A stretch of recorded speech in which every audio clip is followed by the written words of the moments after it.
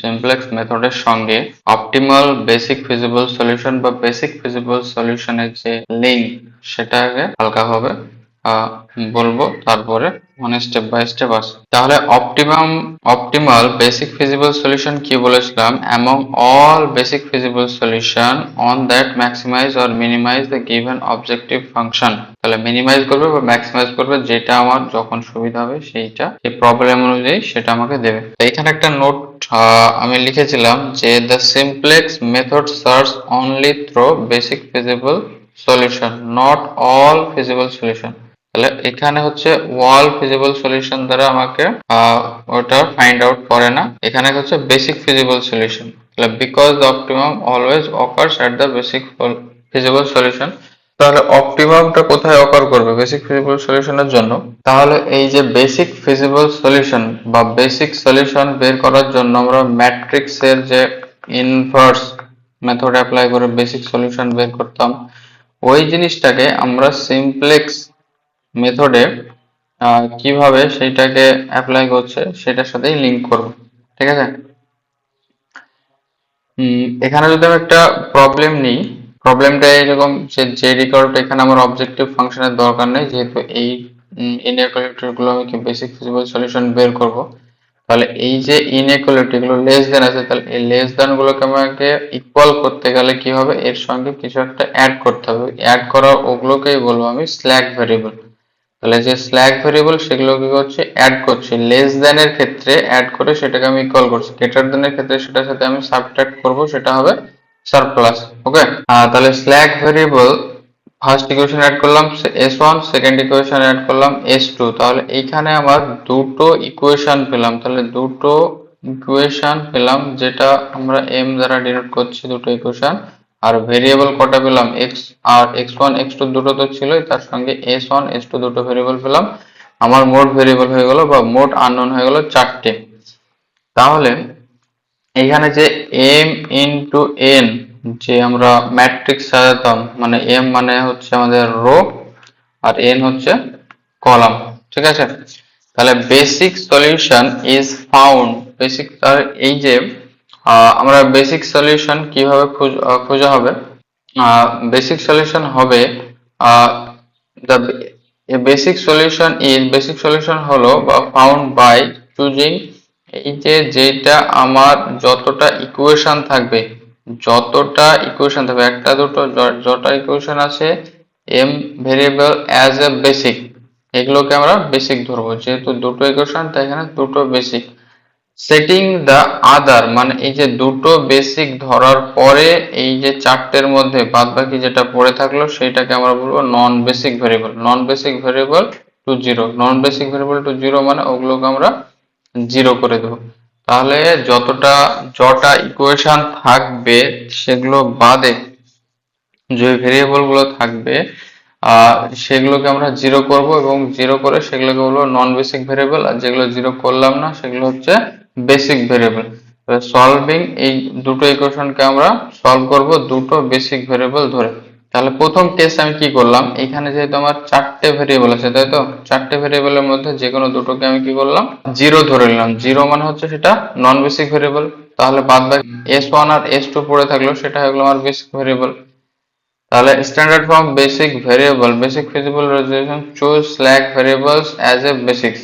যেহেতু slack ভেরিয়েবলকে basic ধরলাম তাহলে এগুলো হচ্ছে নট ইকুয়াল টু জিরো, আর যেহেতু এগুলো নন বেসিক ভেরিয়েবল তাই এগুলো ইকুয়াল টু জিরো। তাহলে কি করব? এবার যে ইকুয়েশন ছিল সেখানে সাবস্টিটিউট করলাম। এটা তো খুব সহজ, সাবস্টিটিউট করে সেখান থেকে s1 আর s2 এর মান আমি পেয়ে গেলাম। তাহলে এইটাকে বলবো যে এই যে জিরো নন বেসিক ভেরিয়েবল এগুলো, আর এগুলো বেসিক ভেরিয়েবলের ভ্যালু পেলাম। তাহলে এই যে সলিউশনটা পেলাম, এই সলিউশনটা হচ্ছে বেসিক সলিউশন। আশা করি বেসিক সলিউশনটা একদম বোঝা গেল। কিন্তু এখানে যেহেতু আমি চুজ করেছিলাম স্ল্যাক ভেরিয়েবলকে বেসিক ভেরিয়েবল, তাহলে এখানে তো আর একটু কেস হতে পারে। আমি x1 x2 কে আমি বেসিক ভেরিয়েবল ধরবো, বা x1 s1 কে বেসিক ভেরিয়েবল ধরলাম, বা x2 s2 কে বেসিক ভেরিয়েবল ধরলাম। যে দু তিনটি কেস হবে সেই কেসগুলোর ক্ষেত্রে আমরা দেখি। এখানে একটা সব থেকে ভালো পয়েন্ট মাথায় রাখার বিষয় হচ্ছে যে বেসিক ভেরিয়েবল যেগুলো ধরবো সেগুলো যদি সব পজিটিভ আসে, সব যদি পজিটিভ আসে তাহলে যে সলিউশনটা হবে সেটা ফিজিবল হবে, আর যদি পজিটিভ না আসে তাহলে সেটা ফিজিবল হবে না। তাহলে এখানে কি বলছে, all variables are greater than equal to zero, this is a basic feasible solution. তাহলে এটা ফিজিবল হলো, যদি নেগেটিভ চলে আসতো তাহলে ওটা ফিজিবল হতো না। তাহলে geometrically this corresponds to the origin, তাহলে এইটা হচ্ছে অরিজিনের সঙ্গে x1 x2 প্লেনে এটা লাই করবে, এটা জিওমেট্রিক্যাল রিপ্রেজেন্টেশন। ঠিক আছে, এবার যদি আমি দ্বিতীয় কেস কি বলেছিলাম, x1 আর s1 কে যদি বেসিক ধরি তার মানে এগুলো হয়ে গেল কি নট ইকুয়ালস টু জিরো, আর বাদ বাকি যে দুটো পড়ে থাকলো x2 s2 সেটা ইকুয়াল টু জিরো হয়ে যাবে। এগুলো নন বেসিক ভেরিয়েবল হলো। তাহলে সেম ভাবে ওগুলোকে আমরা কি প্লাগ ইনটু 3 and 4, ওই যে ইকুয়েশন ছিল উপরে সেখানে আমি বসিয়ে দিলাম, এটা কি হয়ে গেল, এগুলো জিরো। তাহলে x1 plus s1 equal to 5 পেলাম, আর 2x1 ইজ ইকুয়ালস টু 8, মানে x1 ইজ ইকুয়ালস টু 4।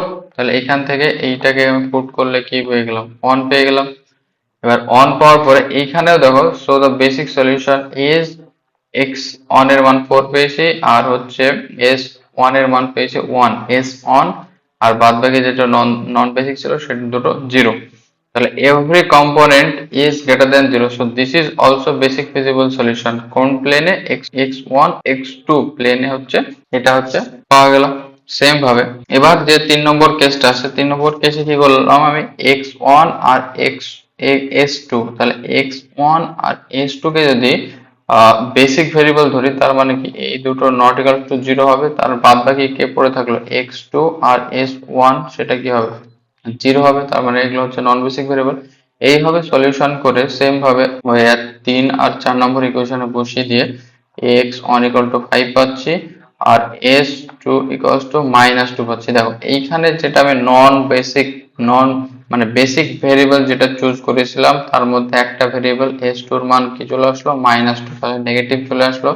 এটা নেগেটিভ চলে আসলে এইটা কি হলো, নট ফিজিবল। তাহলে এইটা হয়ে গেল নট ফিজিবল সলিউশন, মানে এর কোনো সমাধানযোগ্য একটা রিজিয়ন থাকবে, সমাধান অযোগ্য মানে হচ্ছে নেগেটিভ পোর্শনে কোথাও একটা ভ্যালু চলে যাবে, নেগেটিভ পোর্শন সেইটাকে আমার অসমাধানযোগ্য। ঠিক আছে, তাহলে এখান থেকে basic solution, basic feasible solution এর সম্পর্কে জানলাম, এবং বেসিক ফিজিবল সলিউশন এর কটা কেস কিভাবে আসছে সেগুলো দেখলাম।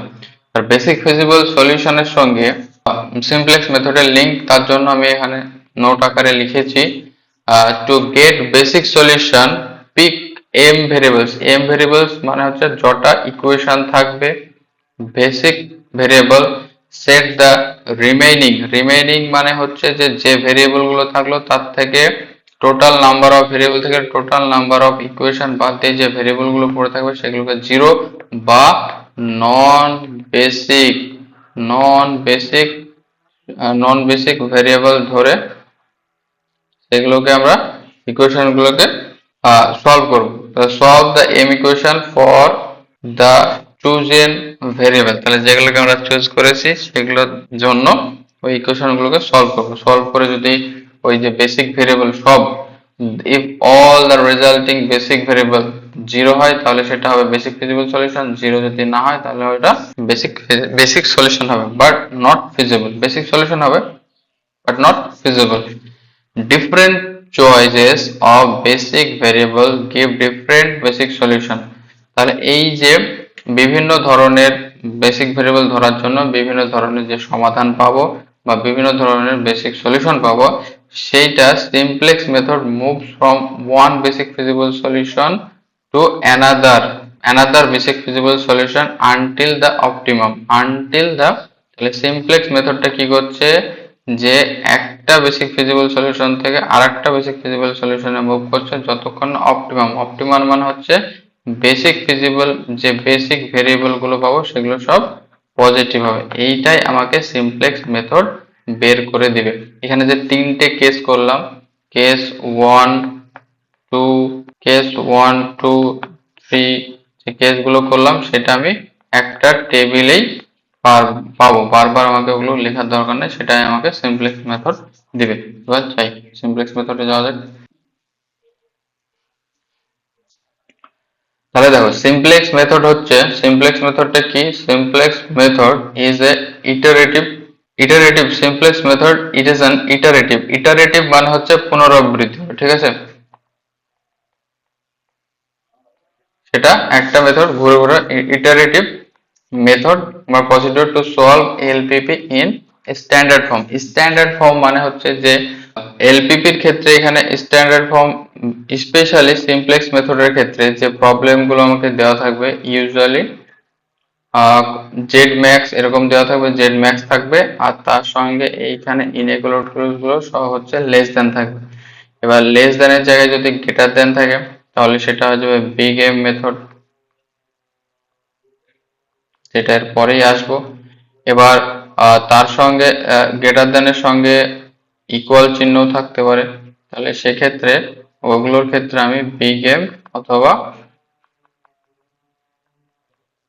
টু ফেজ মেথড অ্যাপ্লাই করবো, সেটা পরে আসবে। তাহলে সিমপ্লেক্স মেথড অ্যাপ্লাই করার জন্য যে কোনো যে যে প্রবলেমগুলো এই এই ফর্মটা থাকবে, এই ফর্মটা স্পেশালি জেড ম্যাক্স থাকবে আর এখানে লেস দেন ইকুয়াল থাকবে, সেগুলোর ক্ষেত্রে ডিরেক্ট এগুলো অ্যাপ্লাই করব। তাহলে ফার্স্ট স্টেপ কি হবে, এইরকম ফর্মে থাকতে হবে।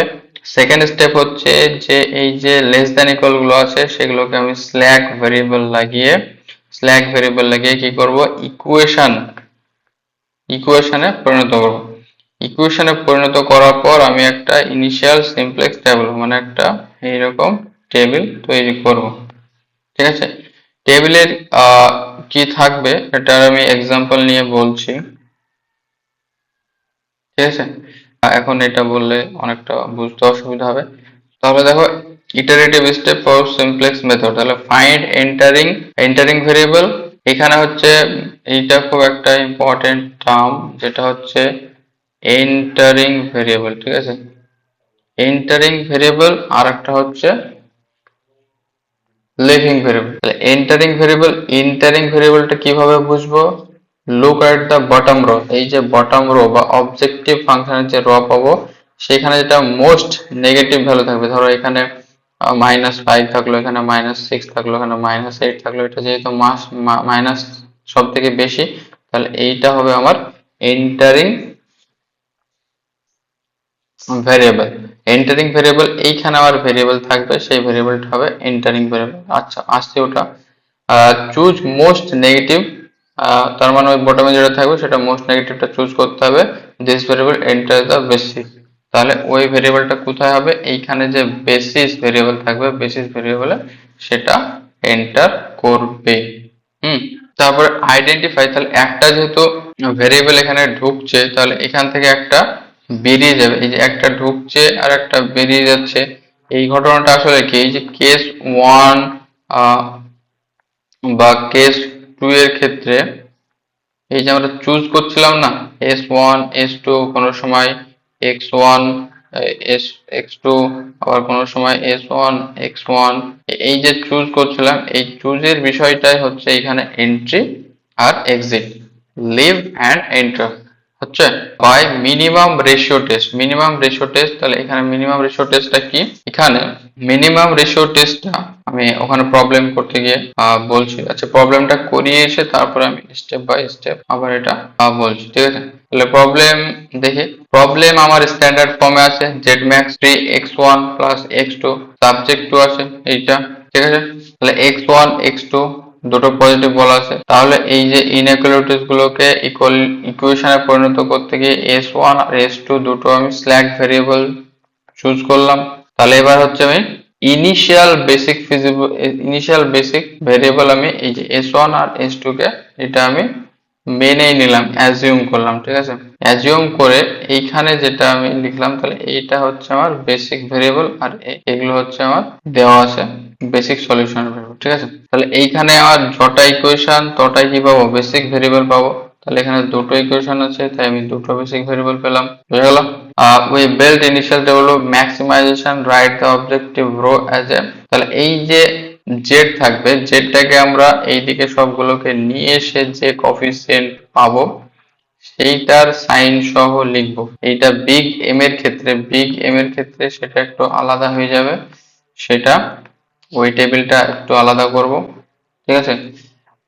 এখানে যেটা একদম সহজভাবে বোঝার জন্য এখানে জেড এর যে জেড ম্যাক্স বা অবজেক্টিভ ফাংশন যেগুলো থাকবে সেগুলো সব একদিকে নিয়ে এসে একটা ইকুয়েশন করে তার কোএফিসিয়েন্ট সহ লিখবো। তাহলে এইখানে আমি কিভাবে এটা পুট করলাম, এখানে x1 x2 s1 s2 আর এটা হচ্ছে রাইট হ্যান্ড সাইড আর এইখানে হচ্ছে রেশিও টেস্টের জন্য এটা করেছি, ঠিক আছে।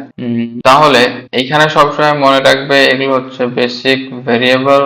এখানে আমাদের নাম্বার অফ টোটাল কোএফিসিয়েন্ট বা নাম্বার অফ টোটাল ভেরিয়েবল সেটা হবে, তার সঙ্গে একটা কলাম হবে রাইট হ্যান্ড সাইডের, তার সঙ্গে একটা কলাম হবে রেশিও টেস্টের জন্য।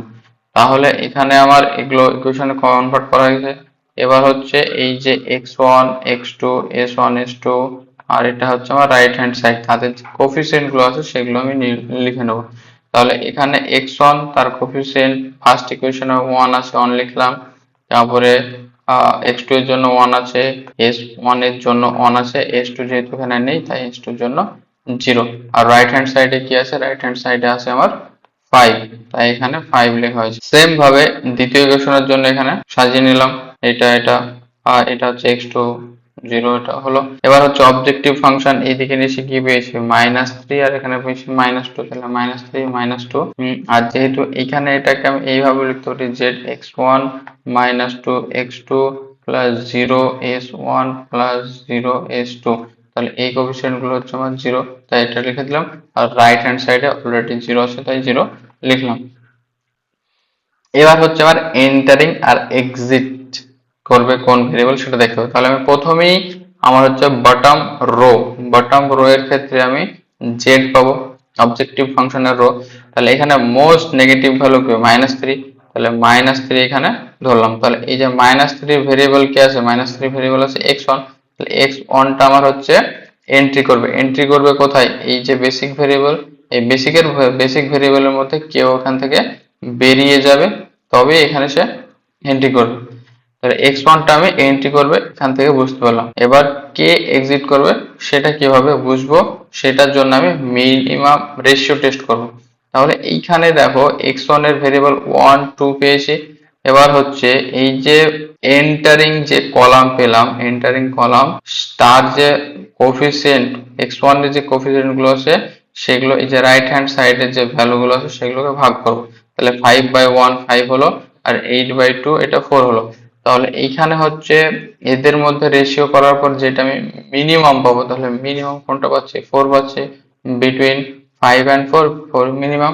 তাহলে এইখানে এবার যেটা মিনিমাম পাচ্ছি সেই রো বরাবর চলে যাব। তাহলে এখানে রো বরাবর আর এখানে কলাম বরাবর যেটা যাচ্ছে, এইখানে কোথাও একটা মিটিং পয়েন্ট বা ক্রস পয়েন্ট হচ্ছে, এই পয়েন্টটাকে আমরা বলবো পাইভট এলিমেন্ট, ঠিক আছে, পিভট এলিমেন্ট। তাহলে পিভট এলিমেন্ট পাচ্ছি। এবার এইখানে এই রো বরাবর যে ভেরিয়েবলটা থাকবে বেসিক ভেরিয়েবল, সেইটা আমার হয়ে যাবে লিভিং বেসিক ভেরিয়েবল, মানে এইটা আমার হবে বেরিয়ে যাবে আর তার সঙ্গে x1 টা এখানে ওকে এন্ট্রি করবে। হলো, তাহলে কোনটা এন্ট্রি করবে কোনটা এক্সিট হবে আশা করি ভালোভাবে বোঝা গেছে। নেক্সট তারপরে হচ্ছে আমার পরবর্তী স্টেপ যেটা হবে সেটাই যে পাইভট বা পিভট যে এলিমেন্ট পেলাম সেটাকে আমাকে 1 বানাতে হবে। তাহলে এই যে রো পেলাম এই রো এর জন্য এটাকে যদি 1 বানাতে চাই 2 কে, তাহলে সবাইকে 2 দিয়ে ভাগ করে দিতে হবে। তাহলে 2 দিয়ে ভাগ করার পর কি পাবো, এটা 1 হয়ে যাবে, এটা হাফ হয়ে যাবে, এটাও হাফ হয়ে যাবে, এটা 4 হয়ে যাবে, তাই তো। 4 হওয়ার পর নেক্সট স্টেপ হবে এর যে উপরের এলিমেন্ট এবং নিচের যে পয়েন্ট গুলো আছে সেইগুলোকে আমাকে 0 বানাতে হবে। তাহলে পিভট এলিমেন্ট 2 পেলাম, রো s2, কলাম x1। তাহলে এখান থেকে after normalising row s2 divided by 2, তাহলে নরমালাইজ যেটা বলছে, নরমালাইজ বলতে এইখানে এইটা আমি 1 করতে হবে, মানে হচ্ছে যে এচেলন ফর্ম যে ম্যাট্রিক্স এর ক্ষেত্রে করেছিলাম, ঠিক আছে, এখানে কি কর্নার এটাকে 1 বানাতাম, এই করতাম, তারপরে এটা তারপরে এইটা এইভাবে এচেলন ফর্ম বানাতাম। তো এখানে হচ্ছে সেটা আমাকে করতে হবে অনেকটাই ওই রকম, ঠিক আছে। তাহলে এখানে কি হচ্ছে এলিমিনেট x1 ফ্রম আদার রোজ। তাহলে x1 টা তাহলে ফার্স্টে আমাকে মোস্ট নেগেটিভ চুজ করতে হবে। একবার রিকল করে নিই সবগুলো। ফার্স্টে আমাকে কি করতে হবে, মোস্ট নেগেটিভ আইডেন্টিফাই করতে হবে। আইডেন্টিফাই করার পর রেশিও টেস্ট করতে হবে। রেশিও টেস্টের পর যেটা সব থেকে মিনিমাম পাবো সেই কলাম সেই রো বরাবর সেইটাকে আমাকে সেইটা হবে আমার এক্সিট ভেরিয়েবল, আর এন্ট্রি ভেরিয়েবল আগেই পেয়ে গেছি। তাহলে যে পিভট এলিমেন্ট পাবো, পিভট এলিমেন্টটাকে আমাকে 1 বানাতে হবে। 1 বানিয়ে তার উপরেরটাকে 0 করতে হবে, নিচেরটাকেও 0 করতে হবে। ফার্স্ট টেবিলের কাজ এখানেই শেষ। তারপরে সেকেন্ড টেবিলে এইরকম ভাবে দেখো, এটাকে আমি 0 বানিয়েছি, এটাকেও 0 বানিয়েছি। কিভাবে এইটা পেলাম, এইটা যেহেতু 1 হয়ে গেল, তাহলে এই যে এইটাকে আমি 2 নম্বর রোকে ডিরেক্ট এটা থেকে বিয়োগ করে দিয়েছি, আর এইটার সঙ্গে 3 মাল্টিপ্লাই করে এটার সঙ্গে যোগ করে দিয়েছি। এটা এইখানে যে অপারেশন গুলো সেম যে ম্যাট্রিক্স অপারেশন আছে সেগুলোর মতো, এখানেও তো বোঝার কিছু নেই, ঠিক আছে। তারপরে আবার সেম ঘটনা, এই ঘটনা ঘটার পরে আবার আমি প্রথমে চলে যাব জেড রো বা বটম রোতে চলে যাব।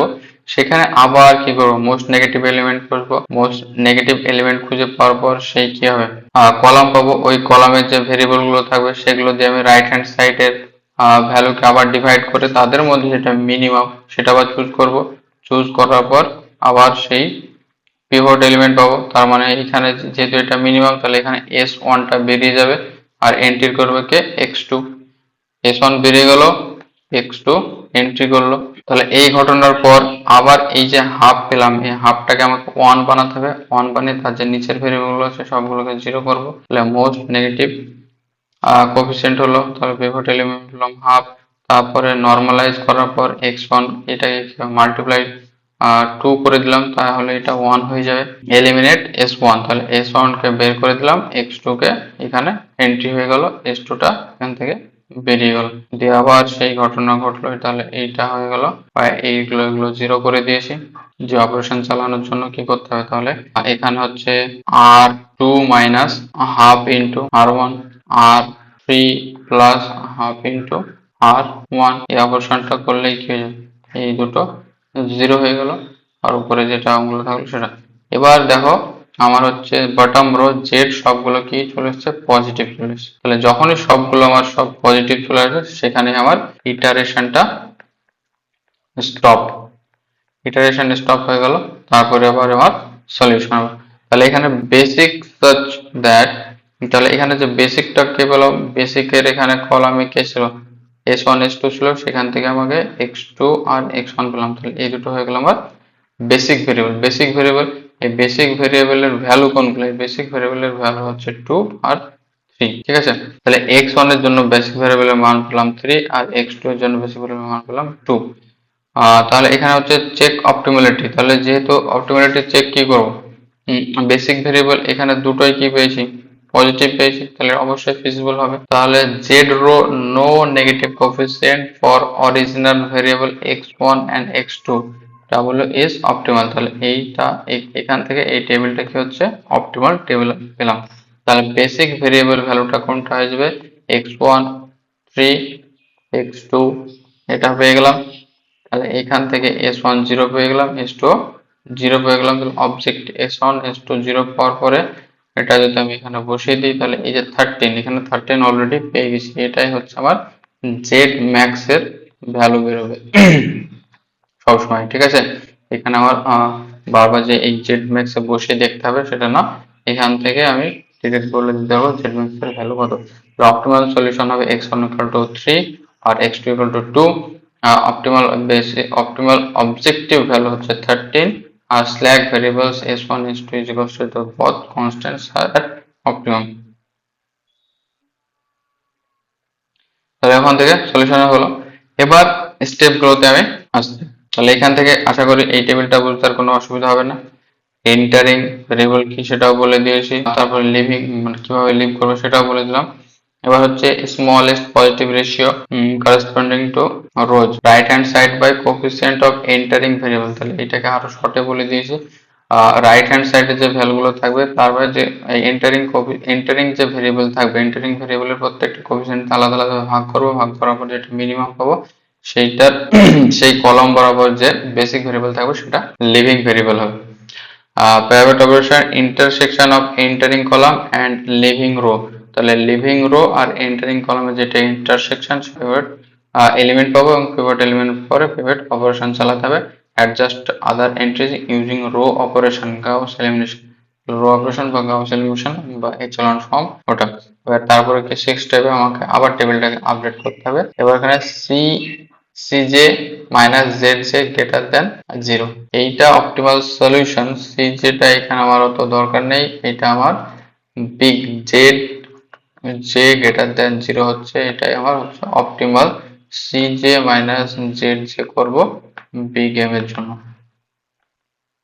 তাহলে এখন থেকে আমি সলিউশন কিভাবে রিড করব, basic variable equal to values in right hand columns, right hand columns এইখানে কি এখানে পেলাম বেসিক ভেরিয়েবল, তার সঙ্গে রাইট হ্যান্ড কলামে যে ভেরিয়েবল বসালো সেটা। নন বেসিক ভেরিয়েবল 0 পাবো, 0 পাওয়ার জন্য এখানে আমি দেখিয়ে দিয়েছি এইটা সলিউশন করে, এটা 0 পেয়েছি, এটাও 0 পেয়েছি, নন বেসিক ভেরিয়েবল গুলো 0 পেলাম। আর এটা হচ্ছে right hand side objective function, তাহলে ফাইনাল যে জেড ম্যাক্স এর ভ্যালু পাবো সেটা এখানে পাবো, সেটাও বলে দিয়েছি। তাহলে স্টেপ গুলো আশা করি বোঝা গিয়েছে। আমি চাই এই ভিডিওটা অনেকটাই বড় হয়ে গেল, আমি এর পরবর্তীতে 2014 সালে পিওয়াইকিউ এসেছিল, আর 2014 সালের যে পিওয়াইকিউ সেটা আমি সলভ করে বলছি, ঠিক এর পরবর্তী ভিডিওটাই এখানে উপস্থিত হবে। ঠিক আছে, এটার যে টাইপস অফ সিমপ্লেক্স মেথড, তাহলে সিমপ্লেক্স মেথড এটা সম্পর্কে একটু বলে দিই। এই লেকচারটা মোটামুটি এই ভিডিওটা কমপ্লিট হবে। সিমপ্লেক্স মেথডের টাইপ গুলো কেন আসলো, টাইপ গুলো কেন আসলো, কারণ ওই যে মিনিমাম রেশিও টেস্ট করছিলাম, ঠিক আছে, তাহলে ওখানে তো কোনো সময় ভেরিয়েবল মান 0 থাকতে পারে, তাহলে রাইট হ্যান্ড সাইড বাই 0, তাহলে এটা অসঙ্গত চলে আসলো। এই কেসের ক্ষেত্রে কি হবে, বা সবসময় যে লেস দেন লেস দেন ফর্মই থাকবে না, সবসময় কোনো সময় গ্রেটার দেন থাকতে পারে, ইকুয়ালও থাকতে পারে স্ট্যান্ডার্ড ফর্মের ওখানে। তাহলে স্ট্যান্ডার্ড ম্যাক্সিমাইজেশন, তাহলে স্ট্যান্ডার্ড ম্যাক্সিমাইজেশন প্রবলেমে কি লেস দেন কনস্ট্যান্ট থাকছে, সলভ ইউজিং স্ল্যাক ভেরিয়েবল, এটা তো হয়ে গেল। এবার যদি মিনিমাম থাকে, মিনিমাম থাকলে সেইটাকে মানে জেড মিনিমাম থাকলে সেটাকে জেড ম্যাক্স এ কনভার্ট করব ডুয়াল ইউজ করে। ডুয়ালের জন্য আমি আলাদা লেকচার বানাবো। তাহলে এইটা হচ্ছে ডুয়াল প্রবলেম করব ডুয়াল সিমপ্লেক্সের মাধ্যমে। তারপর কনস্ট্যান্ট যদি গ্রেটার দেন থাকে, তাহলে এখানে লেস দেন ছিল, এখানে যদি গ্রেটার দেন থাকে তাহলে সারপ্লাস ভেরিয়েবল আসবে। সারপ্লাস কি হবে, ইনইকুয়ালিটি থেকে সাবট্রাক্ট হবে, তার সঙ্গে কি হবে, অ্যাড হবে আর্টিফিশিয়াল ভেরিয়েবল, তার সঙ্গে আমরা ইউজ করব বিগ এম মেথড বা টু ফেজ মেথড। এবং 4 নম্বর কেস হবে যদি ইকুয়ালিটি কনস্ট্যান্ট, ইকুয়ালিটি যদি কনস্ট্যান্ট থাকে, এখানে যদি ইকুয়ালিটি কনস্ট্যান্ট থাকে তাহলে সেক্ষেত্রে আমরা ইউজ করব artificial variable slack surplus not work. তাহলে স্ল্যাক সারপ্লাস ওটা আমাদের দরকার হবে না, শুধু আর্টিফিশিয়াল ভেরিয়েবল দিয়ে ওটাকে কাজ চালাবো। তাহলে এইটা হলো বিভিন্ন স্ট্যান্ডার্ড ফর্ম অনুযায়ী বিভিন্ন রকমের সলিউশন আসার